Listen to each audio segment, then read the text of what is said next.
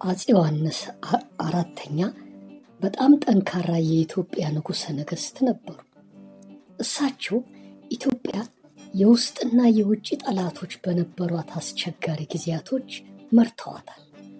አገሪቱን ከጠላት ለመከላከል የኦርቶዶክስ ክርስትና ብቸኛው የኢትዮጵያ ሃይማኖት እንዲሆን ለማድረግ ሞክረዋል። የባዕዳንን ተጽዕኖ ተከላክለዋል። በዚህ ቪዲዮ የአፄ ዮሐንስ አራተኛን ከውልደት እስከ ሞታቸው ያለውን ታሪክ በአጭሩ ለመቃኘት እንሞክራለን።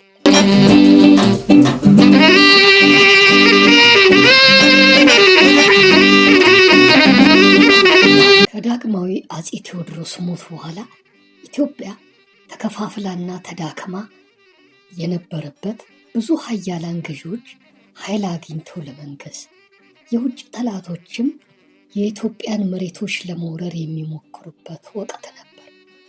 በዚህ ውጥንቅጡ በጠፋበት አስቸጋሪ ጊዜ አንድ ጠንካራ ገዢ ከትግራይ ብቅ አሉ። እኛ መሪ አፄ ዮሐንስ አራተኛ ነበሩ።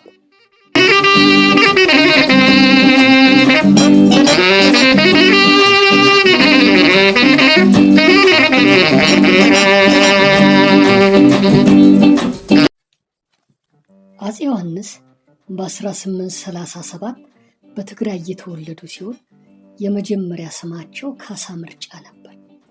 እናታቸው ወይዘሮ ስላስ ድምፁ፣ አባታቸው ደግሞ አቶ ምርጫ ወልደ ኪዳን ይባላል። የዘር ሐረጋቸው ከትግራይ መሳፍንት ቤተሰብ የሚመዘዝ ሲሆን ብዙ ወንድሞችና እህቶች ነበሯቸው። እሳቸው ወይዘሮ ጥበበ ስላሴ የተባሉትን ሴት አግብተው ልጆችን የወለዱ ቢሆንም አብዛኞቹ ልጆቻቸው በወቅቱ ተቀስቅሰው በነበሩ በሽታዎች ሳቢያ ሞተውባቸዋል። ጥብቅ ሃይማኖተኛና የኦርቶዶክስ ተከታይ ነበሩ። በ1868 ዓ.ም ዳግማዊ አፄ ቴዎድሮስ መቅደላ ላይ ከተሰዉ በኋላ ኢትዮጵያ ጠንካራና ብርቱ ገዢ አጥታ እያለ ሁለት ዋና ዋና ኃያላን የጦር አለቆች ብቅ አሉ። እነሱም የላስታው ዋክሹም ጎበዜ ወይም በኋላ አፄ ተክለ ጊዮርጊስ የተባሉት እና የትግራዩ ካሳ ምርጫ ወይም በኋላ አፄ ዮሐንስ አራተኛ ተብለው የነገሱት ናቸው። አፄ ተክለ ጊዮርጊስ ለ3 ዓመት ኢትዮጵያን በንጉሠ ነገሥትነት ቢገዙ ኢትዮጵያን አንድ ለማድረግ የሚያስችል ኃይል አልነበራቸው። በካሳ ምርጫና በአፄ ተክለ ጊዮርጊስ መካከል በ1871 ዓ.ም አሰም ላይ በተደረገ ጦርነት ካሳ ምርጫ ድል አደረጉ። አፄ ተክለ ጊዮርጊስ ተማረኩና ታስረው እያሉ ሞቱ። ካሳ ምርጫ ወይም በዝብዝ ካሳ በ1872 አፄ ዮሐንስ አራተኛ ተብለው የንጉሠ ነገሥትነት ዘውድ ደፉ።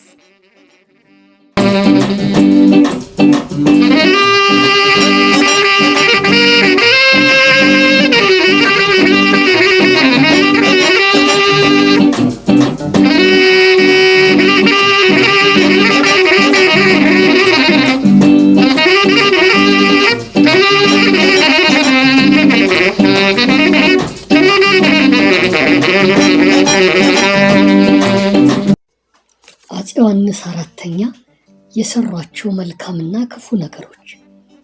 መልካም ነገሮቻቸው ኢትዮጵያን ከውጭ ወራሪዎች ተከላክለዋል። የኢትዮጵያ ነፃነት እንዳይደፈር አድርገዋል። የኦርቶዶክስ ሃይማኖትን አጠናክረዋል። ኃያላን የክልል ገዢዎችን በቁጥጥራቸው ስር አድርገዋል። በአስቸጋሪ ወቅትም ቢሆን የኢትዮጵያ አንድነት ተጠብቆ እንዲቆይ አድርገዋል።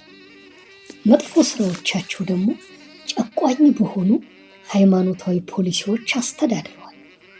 ኦርቶዶክስ የኢትዮጵያ ብቸኛ ሃይማኖት እንዲሆንና ከኦርቶዶክስ ውጭ ያሉት ሰዎች ወደ ኦርቶዶክስነት ሃይማኖት እንዲለወጡ ማዘዛቸው አካባቢያዊ ብጥብጥን አስነስቷል። ከልማታዊ እንቅስቃሴ ይልቅ በአብዛኛው ጦርነት ላይ አተኩረዋል።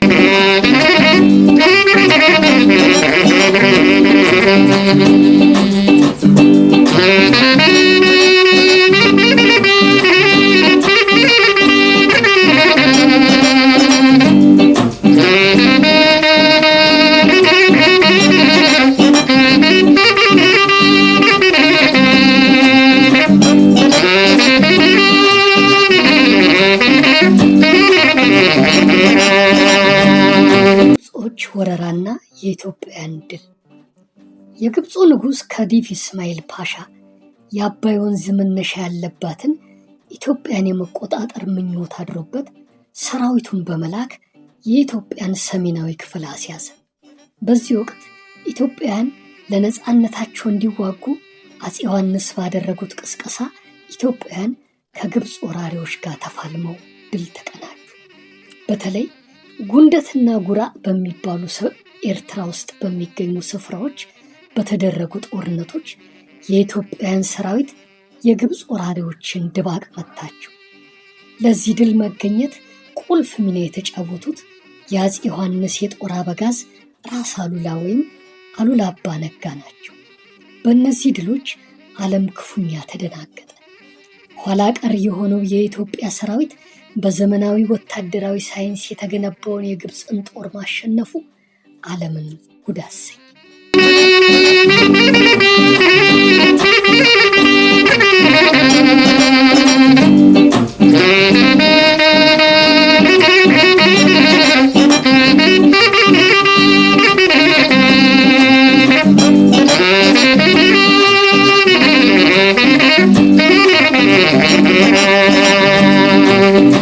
አመጾች የጎጃሙ ገዢ ራስ አዳልና የሸዋው ንጉሥ ሚኒሊክ በአፄ ዮሐንስ ላይ አመፁ።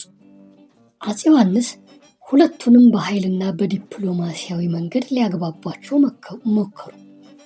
ራስ አዳል በጦርነት ከተሸነፉ በኋላ ታርቀው ሲገቡላቸው፣ የሸዋው ንጉሥ ሚኒሊክ ግን የአፄ ዮሐንስን ንጉሠ ነገሥትነት አምነው በመቀበል ታረቁና ሊገብሩላቸው ተስማሙ።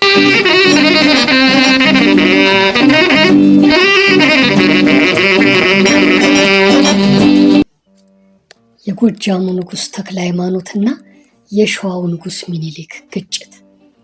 የጎጃሙ ንጉሥ ተክለ ሃይማኖትና የሸዋው ንጉሥ ሚኒሊክ በግዛት መስፋፋት ጉዳይ ላይ ይበልጡኑ በሸዋና በጎጃም መካከል ያሉትን የለሙና ስትራቴጂካዊ ጠቀሜታ ያላቸውን ስፍራዎች ለመቆጣጠር ባላቸው ጽኑ ፍላጎት ሳቢያ ተጋጩ።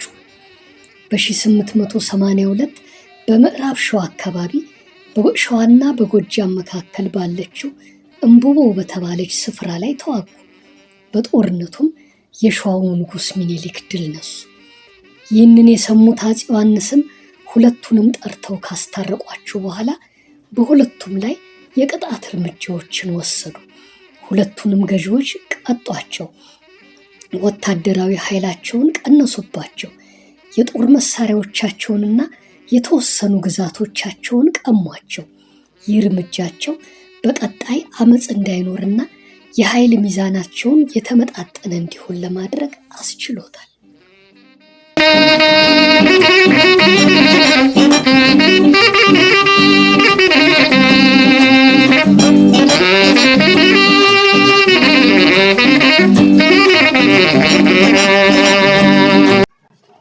ራስ አሉላና ወራሪዋ ጣሊያን። የጣሊያን መንግስት ጁሴፔ ሳፔቶ በተባለው ሚስዮናዊ ሱልጣን ኢብራሂም ከተባለ ባላባት የአሰብን ወደብ ገዝቶ እግሩን ካሳረፈ በኋላ ምጽዋንና ሌሎች የቀይ ባህር ስፍራዎችን ጠቅልሎ በመያዝ ቀይ ባህርን ተሻግሮ ወደ ደረቁ የኤርትራ ክፍል በመግባት አንዳንድ አካባቢዎችን ያዘ። ይህ ድርጊታቸው የኤርትራ ክፍለ ሀገር አስተዳዳሪና የአፄ ዮሐንስ ጠቅላይ የጦር አዛዥ የነበሩትን ራስ አሉላ አባ ነጋን አስቆጣ። ራስ አሉላም ከነሰራዊታቸው ገስግሰው ዶጋሊ በሚባል ቦታ ላይ የነበረውን የኢጣሊያን ጦር ተዋግተው አሸነፉት። ይህ ድል መላውን ኢትዮጵያዊ ሲያስፈነድቅ የአውሮፓ ቀኝ ገዢዎችን አስደነገጠ። ከዛ በፊት ጥቁር አፍሪካውያን ነጮችን ማሸነፍ አይችሉም ተብሎ ይታሰብ ስለነበር የዶጋሊ ድል አፍሪካውያን የነጭ ቀኝ ገዢዎችን ማሸነፍ እንደሚችሉ አሳየ። አውሮፓውያን ቀኝ ገዢዎችንም ስጋት ላይ ጣለ።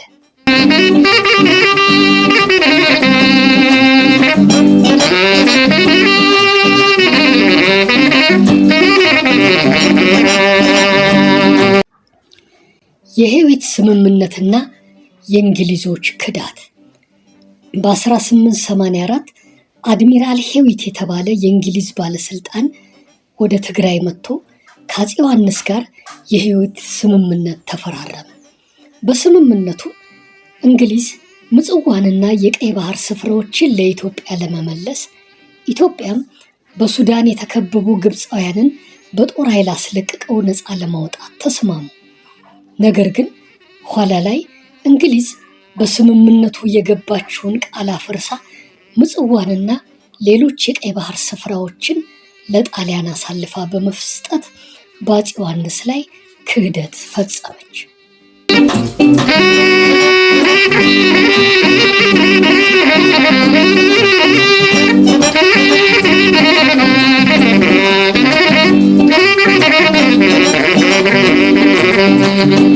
ከማህዲስቶች ጋር የተደረገ ግጭት፣ የመተማው ጦርነትና አሳዛኝ ፍጻሜ። በሱዳን የነበሩ ማህዲስቶች የኢትዮጵያን ወሰን አልፈው በመግባት ጥቃት ሲፈጽሙ የአፄ ዮሐንስ የጦር አበጋዝ ራስ አሉላ እና ሰራዊታቸው ታጥቀው በመነሳት በ1885 ኩፊት ላይ ድል ነሷቸው። ከዚህ ድል በኋላ ለአጭር ጊዜም ቢሆን በምዕራብ ኢትዮጵያ ሰላም ሰፍኖ ነበር።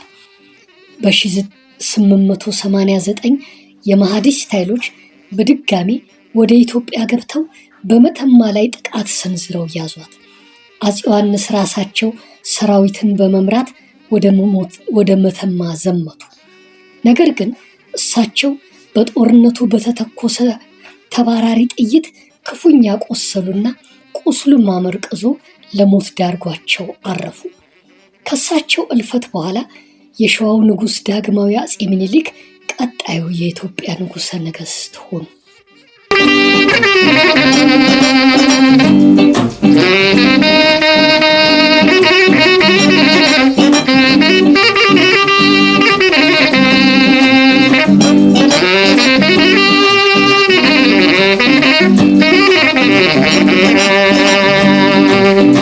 አፄ ዮሐንስ አራተኛ ጠንካራና ጀግና ንጉሥ ናቸው። ኢትዮጵያን በዙሪያዋ ከነበሩ ጠላቶች ተከላክለዋል። ግብፃውያንንና ጣሊያኖችን ድል አድርገዋል። ከማህዲስቶች ጋር ተፋልመዋል። አገዛዛቸው ጭቆና የበዛበት ቢሆንም ለኢትዮጵያ ጥልቅ ፍቅር ነበራቸው።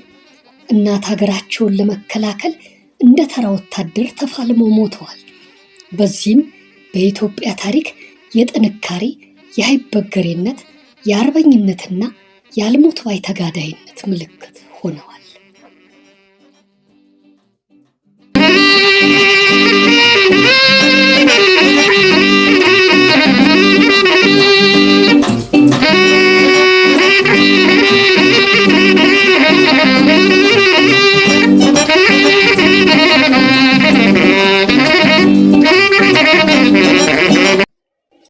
ውድ የቻናላችን ተከታታዮች በዚህ ቪዲዮ በቀረበው ታሪክ እንደተደሰታችሁ ተስፋ እናደርጋለን።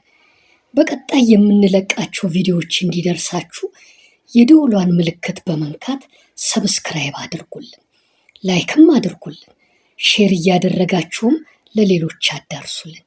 በኮሜንት መስጫ ቦታ ላይ ሀሳብ አስተያየታችሁን ግለጹልን። እስካሁን ስለተመለከታችሁ እያመሰገንን በቀጣይ ቪዲዮ እስክንገናኝ ሰላም ሁኑልን።